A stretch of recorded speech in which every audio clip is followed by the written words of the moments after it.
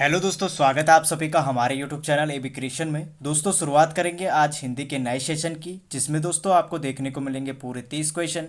और ये 30 क्वेश्चन दोस्तों हमारे आने वाले एग्जामों के लिए बहुत ही महत्वपूर्ण है। तो चलिए दोस्तों शुरुआत करते हैं आज की वीडियो की। पहला क्वेश्चन हमारे पास दिया गया है, बहराइच सुल्तानपुर रायबरेली किस बोली के क्षेत्र है? Option A Chhattisgarhi, option B Bagheli, option C Brajbhasha, option D Awadhi. तो दोस्तों बहराइच सुल्तानपुर रायबरेली दोस्तों अवधी बोली के क्षेत्र है, तो ऑप्शन डी हमारा इस क्वेश्चन का राइट आंसर होगा। अगला क्वेश्चन है, वर्ष 1955 में गठित प्रथम राजभाषा आयोग के अध्यक्ष थे? Option A B G Kher, option B Suniti Kumar Chatterjee, option C G B Pant, option D उपरोक्त में से कोई नहीं। तो वर्ष 1955 में गठित प्रथम राजभाषा आयोग के अध्यक्ष जो थे दोस्तों वो थे बीजी खेर। ऑप्शन ए हमारा इस क्वेश्चन का राइट आंसर होगा। अगला क्वेश्चन है, ए वर्ण क्या कहलाते हैं? ऑप्शन ए नासिक्य, ऑप्शन बी मूर्धन्य, ऑप्शन सी औष्ठ्य, ऑप्शन डी कंठ तालव्य। तो ए वर्ण दोस्तों हमारे कंठ तालव्य कहलाते हैं, तो ऑप्शन डी हमारा इस क्वेश्चन का राइट आंसर होगा।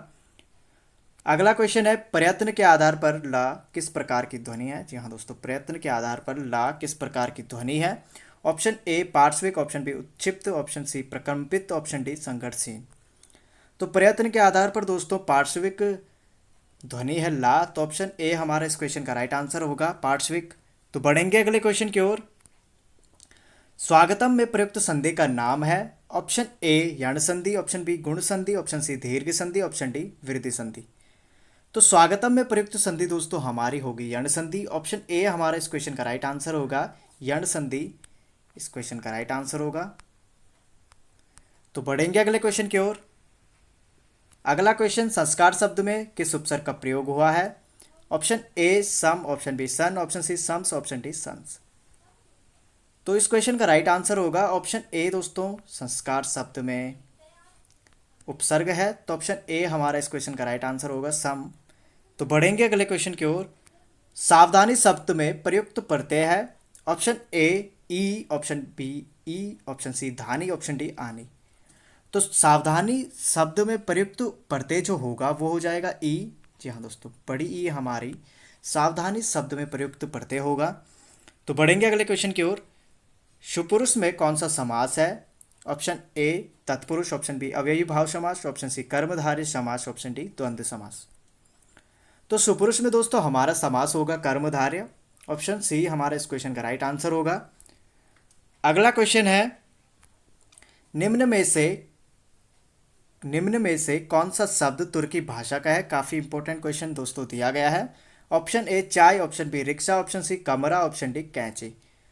तो दोस्तों इसमें हमारा जो तुर्की भाषा का शब्द होगा वो है दोस्तों कैंची। ऑप्शन डी हमारा इस क्वेश्चन का राइट आंसर होगा।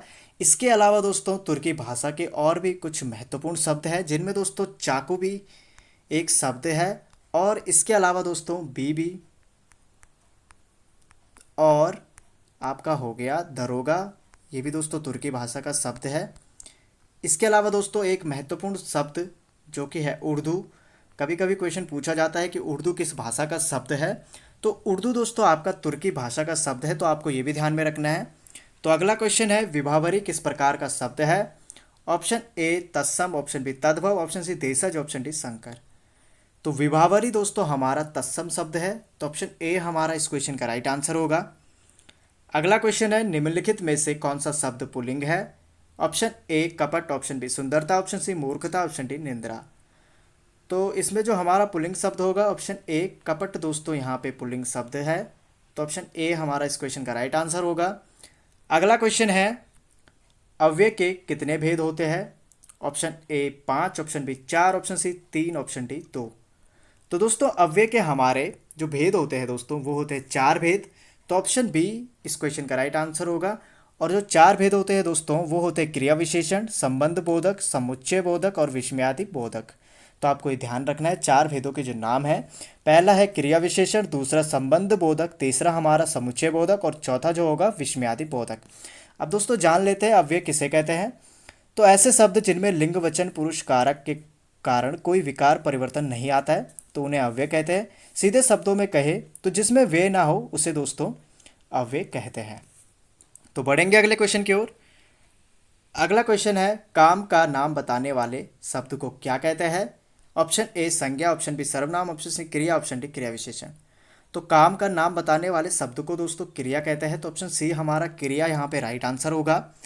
अगला क्वेश्चन है कुश किसका पर्यायवाची शब्द है? जी हाँ दोस्तों, कुश किसका पर्यायवाची शब्द है? ऑप्शन ए घर, ऑप्शन बी घास, ऑप्शन सी चोर, ऑप्शन डी गणेश। तो कुश दोस्तों हमारा पर्यायवाची शब्द होगा घास का, तो आपको ध्यान रखना है घास का पर्यायवाची शब्द दोस्तों कुश है। इसके अलावा दोस्तों घास के अन्य भी महत्वपूर्ण पर्यायवाची शब्द है, जैसे कि तृण दोस्तों घास का है, और इसके अलावा दूर्वा, और हमारा होगा दूब, शाद, ये भी दोस्तों घास के पर्यायवाची शब्द है, तो आपको ये भी ध्यान में रखना है। खासकर दोस्तों साद ये बहुत ही महत्वपूर्ण है, कई बार परीक्षाओं में पूछा जाता है साद किसका पर्यायवाची शब्द है। तो ये हमारा दोस्तों कुछ इस पर्यायवाची शब्द जो होगा घास का होगा, तो आपको ये ध्यान में रखना है। बाकी दोस्तों कुछ किसका पर्यायवाची शब्द है, ये क्वेश्चन दिया गया था, तो घास दोस्तों इस क्वेश्चन का राइट आंसर होगा। बढ़ेंगे अगले क्वेश्चन की ओर। अगला क्वेश्चन है सुनक सारमेव किसके पर्यायवाची शब्द है? Option A Krishna, option B कुत्ता, ऑप्शन सी कोकिला, ऑप्शन डी कामदेव। तो सुनक सारमेव दोस्तों हमारे कुत्ता का पर्यायवाची शब्द है, तो आपको ये ध्यान में रखना है। और इसके अलावा दोस्तों कुत्ता के जो अन्य पर्यायवाची शब्द है उनमें दोस्तों स्वा और श्वान दोस्तों कुत्ता के अन्य अन्य पर्यायवाची शब्द है। इसके अलावा दोस्तों एक शब्द आप जानते होंगे कुकुर भी दोस्तों कुत्ता का पर्यायवाची शब्द है, पर शुनक सार में दोस्तों आपको ध्यान रखना है ये कुत्ता का पर्यायवाची शब्द है। तो बढ़ेंगे अगले क्वेश्चन की ओर। अनुराग का विलोम शब्द है? ऑप्शन ए अराग, ऑप्शन बी वैराग्य, ऑप्शन सी चिराग, ऑप्शन डी वीतराग। तो अनुराग का विलोम शब्द दोस्तों विराग होगा, ऑप्शन सी हमारा इस क्वेश्चन का राइट आंसर होगा विराग। तो बढ़ेंगे अगले क्वेश्चन की ओर। अगला क्वेश्चन जिस स्त्री का पति जीवित हो उसके लिए एक शब्द। अब दोस्तों हमने अधिकतर सुना है जिस स्त्री का पति जीवित ना हो उसके लिए कहते हैं विधवा, किंतु यहाँ पे क्वेश्चन दिया गया है जिस स्त्री का पति जीवित हो उसके लिए एक शब्द। पहला ऑप्शन है कामनी, ऑप्शन बी सुभगा, ऑप्शन सी सधवा, ऑप्शन डी मधवा। तो जिस स्त्री का पति जीवित हो उसे दोस्तों सधवा कहते हैं, तो ऑप्शन सी हमारा इस क्वेश्चन का राइट आंसर होगा। बढ़ेंगे अगले क्वेश्चन की ओर। संतोष से बढ़कर सुख नहीं किस प्रकार का वाक्य है? ऑप्शन ए मिश्र वाक्य, ऑप्शन बी सरल वाक्य, ऑप्शन सी संयुक्त वाक्य, ऑप्शन डी इनमें से कोई नहीं। तो संतोष से बढ़कर सुख नहीं किस प्रकार का वाक्य है? इसका राइट आंसर होगा यही सरल वाक्य है। जी हाँ दोस्तों, संतोष से बढ़कर सुख नहीं यहाँ पे दोस्तों हमारा सरल वाक्य है। तो बढ़ेंगे अगले क्वेश्चन की ओर। उसने परिश्रम तो बहुत किया किंतु सफलता नहीं मिली, कौन सा वाक्य है? ऑप्शन ए सरल वाक्य, ऑप्शन बी संयुक्त वाक्य, ऑप्शन सी मिश्रित वाक्य, ऑप्शन डी इनमें से कोई। तो काफ़ी इजी क्वेश्चन दोस्तों, अगर आपने सरल संयुक्त मिश्रित वाक्य पढ़े हैं तो आप इसकी आंसर को भली भांति जानते होंगे।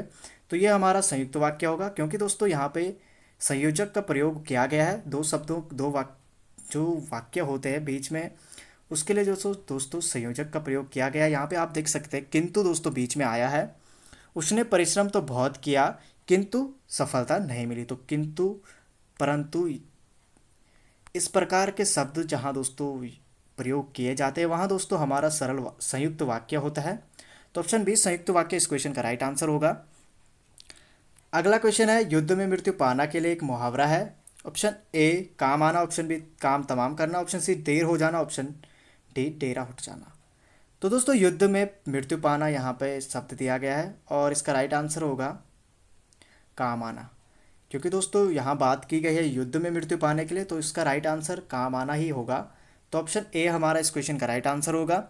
अगला क्वेश्चन है विहंगम दृष्टि का अर्थ है? जी हाँ दोस्तों, विहंगम दृष्टि का अर्थ है सरसरी दृष्टि, ऑप्शन बी गहरी दृष्टि, ऑप्शन सी सम्यक दृष्टि, ऑप्शन डी पैनी दृष्टि।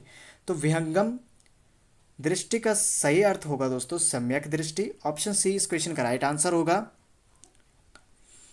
अगला क्वेश्चन है घर का जोगी जोगड़ा आन गांव का सिद्ध लोकोक्ति का अर्थ है? ऑप्शन ए घर के ज्ञानी को सम्मान नहीं, ऑप्शन बी घर घर में मिट्टी के चूल्हे, ऑप्शन सी घर की मुर्गी दाल बराबर, ऑप्शन डी घर का पेटी लंका ढाई।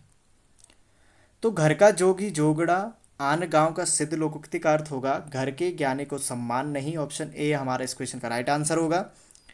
अगला क्वेश्चन है शब्द शक्ति के मूलतः कितने भेद माने गए हैं? Option A 2, option B 3, option C 4, option D 7। तो शब्द शक्ति के मूलतः दोस्तों 3 भेद माने गए हैं, जिसमें दोस्तों पहला जो भेद है अभिधा, दूसरा दोस्तों व्यंजना और तीसरा होगा हमारा लक्षणा। तो इस प्रकार से दोस्तों शब्द शक्ति के मूलतः तीन भेद है, जिसमें पहला अभिधा, दूसरा व्यंजना, तीसरा लक्षणा। और शब्द शक्ति दोस्तों किसे कहते हैं, कभी कभी क्वेश्चन पूछा जाता है। शब्द शक्ति का बोध, माफ कीजिएगा, शब्द का अर्थ बोध कराने वाली शक्ति को शब्द शक्ति कहते हैं, तो आपको ये भी ध्यान में रखना है। तो बढ़ेंगे अगले क्वेश्चन की ओर। अगला क्वेश्चन है वाक्यम रसात्मकम काव्यम किसका कथन है। Option A Vishwanath, option B Rajashekhar, option C Shriharsha, option D Bhasa. तो वाक्यम रसात्मकम काव्यम दोस्तों जो कथन है ये है विश्वनाथ जी का, तो ऑप्शन ए हमारा इस क्वेश्चन का राइट आंसर होगा। अगला क्वेश्चन है निराला की कविता जूही की कली उदाहरण है। ऑप्शन ए वर्णिक छंद, ऑप्शन बी मात्रिक छंद, ऑप्शन सी मुक्त छंद, ऑप्शन डी इनमें से कोई नहीं। तो निराला की कविता जूही की कली दोस्तों मुक्त छंद का उदाहरण है, तो ऑप्शन सी हमारे इस क्वेश्चन का राइट आंसर होगा। और मुक्त छंद दोस्तों किसे कहते हैं, थोड़ा इसके बारे में जान लेते हैं।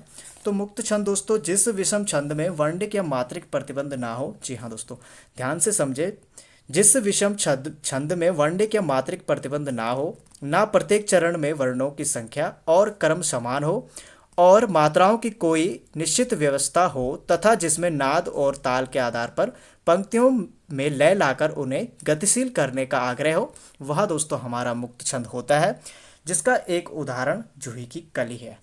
तो अब बढ़ते अगले क्वेश्चन की ओर। अबर पनघट में डूबो रही तारा घट उषा नागरी में कौन सा अलंकार है। जी हाँ दोस्तों, अबर पनघट में डूबो रही तारा घट उषा नागरी में कौन सा अलंकार है। ऑप्शन ए रूपक अलंकार, ऑप्शन बी उत्प्रेक्षा अलंकार, ऑप्शन सी उपमा अलंकार, ऑप्शन डी अन्योक्ति अलंकार। तो इस क्वेश्चन का जो राइट आंसर होगा दोस्तों, अंबर पनघट में डूबो रही तारा घट उषा नागरी में अलंकार होगा हमारा यहाँ पे रूपक। तो ऑप्शन ए हमारा इस क्वेश्चन का राइट आंसर होगा, रूपक अलंकार इसमें होगा। तो बढ़ेंगे अगले क्वेश्चन की ओर। अगला क्वेश्चन है महादेवी वर्मा को किस उपनाम से भी जाना जाता है। काफ़ी इंपॉर्टेंट क्वेश्चन दोस्तों दिया गया है। महादेवी वर्मा को किस उपनाम से भी जाना जाता है। ऑप्शन ए महाप्राण, ऑप्शन बी आधुनिक युग की मीरा, ऑप्शन सी कवियों का कवि, ऑप्शन डी नवयुग के अग्रदूत। तो चार ऑप्शन दोस्तों हमारे पास दिए गए हैं। ऑप्शन ए जो दोस्तों यहाँ पे दिया गया है महाप्राण, ये दोस्तों सूर्यकांत त्रिपाठी जी का उपनाम है। और ऑप्शन सी कवियों का कवि दोस्तों जो उपनाम होगा ये है दोस्तों शमशेर बहादुर सिंह जी का, तो ये आपको ध्यान रखना है। बाकी दोस्तों जो ऑप्शन डी यहाँ पे दिया गया है नवयुग के अग्रदूत, जी हाँ दोस्तों नवयुग के अग्रदूत जो दिया गया है ये दोस्तों हरिश्चंद्र, जिन्हें दोस्तों एक और अन्य उपनाम से भी जाने जाते हैं भारतेंदु, तो ये हरिश्चंद्र का उपनाम है नवयुग के अग्रदूत। अब बचा दोस्तों ऑप्शन नंबर बी, तो महादेवी वर्मा को दोस्तों आधुनिक युग की मीरा उपनाम से भी जाना जाता है, तो ऑप्शन बी हमारा यहाँ पे इसका राइट आंसर होगा। बढ़ेंगे अगले क्वेश्चन की ओर। अगला क्वेश्चन है महावीर प्रसाद द्विवेदी के शिष्य कौन थे। तो काफ़ी इंपॉर्टेंट क्वेश्चन दोस्तों हमारे पास दिया गया है। महावीर प्रसाद द्विवेदी के शिष्य कौन थे। ऑप्शन ए Maithili Sharan Gupt, option B Suryakant Tripathi Nirala, option C Premchand, option D उपरोक्त सभी। तो महावीर प्रसाद द्विवेदी के शिष्य जो थे दोस्तों वो थे मैथिली शरण गुप्त, सूर्यकांत त्रिपाठी निराला, प्रेमचंद। तो ऑप्शन डी हमारा इस क्वेश्चन का राइट आंसर होगा। ये तीनों ही दोस्तों महावीर प्रसाद द्विवेदी के शिष्य रहे हैं। तो बढ़ेंगे अगले क्वेश्चन की ओर। महात्मा गांधी अंतर्राष्ट्रीय हिंदी विश्वविद्यालय की स्थापना कब की गई। Option A 1995, option B 1997, option C 1999, option D 2002। तो महात्मा गांधी अंतर्राष्ट्रीय हिंदी विश्वविद्यालय की स्थापना की गई थी 1997 में। ऑप्शन बी हमारा इस क्वेश्चन का राइट आंसर होगा। महात्मा गांधी अंतर्राष्ट्रीय हिंदी विश्वविद्यालय की स्थापना 1997 में महाराष्ट्र वर्धा में की गई थी, तो आपको ये ध्यान रखना है महाराष्ट्र में की गई थी। तो बढ़ेंगे अगले क्वेश्चन की ओर जो कि हमारा आज के सेशन का अंतिम क्वेश्चन है। कामायनी किस प्रकार का ग्रंथ है। जी हाँ दोस्तों यहाँ पे थोड़ा मिसप्रिंट हुआ है, तो ये होगा कामायनी किस प्रकार का ग्रंथ है। तो ऑप्शन ए खंड काव्य, ऑप्शन बी मुक्तक काव्य, ऑप्शन सी महाकाव्य, ऑप्शन डी चंपू काव्य। तो कामायनी दोस्तों हमारा जो ग्रंथ होगा वो होगा दोस्तों महाकाव्य। ऑप्शन सी हमारा इस क्वेश्चन का राइट आंसर होगा। इसी प्रकार दोस्तों आज का हिंदी का सेशन यहीं पे समाप्त होता है। उम्मीद करता हूँ आपको सभी क्वेश्चनों के आंसर अच्छे से समझ में आ गए होंगे। अगर दोस्तों आपको किसी क्वेश्चन में कोई डाउट नज़र आता है तो आप हमें कमेंट करके ज़रूर बताइए। और दोस्तों कमेंट करके ये भी बताना है कि आपके इन क्वेश्चनों में से कितने क्वेश्चनों के आंसर सही जा रहे हैं। तो फिर मिलेंगे दोस्तों आपको एक और नए सेशन में। तब तक के लिए दोस्तों थैंक यू।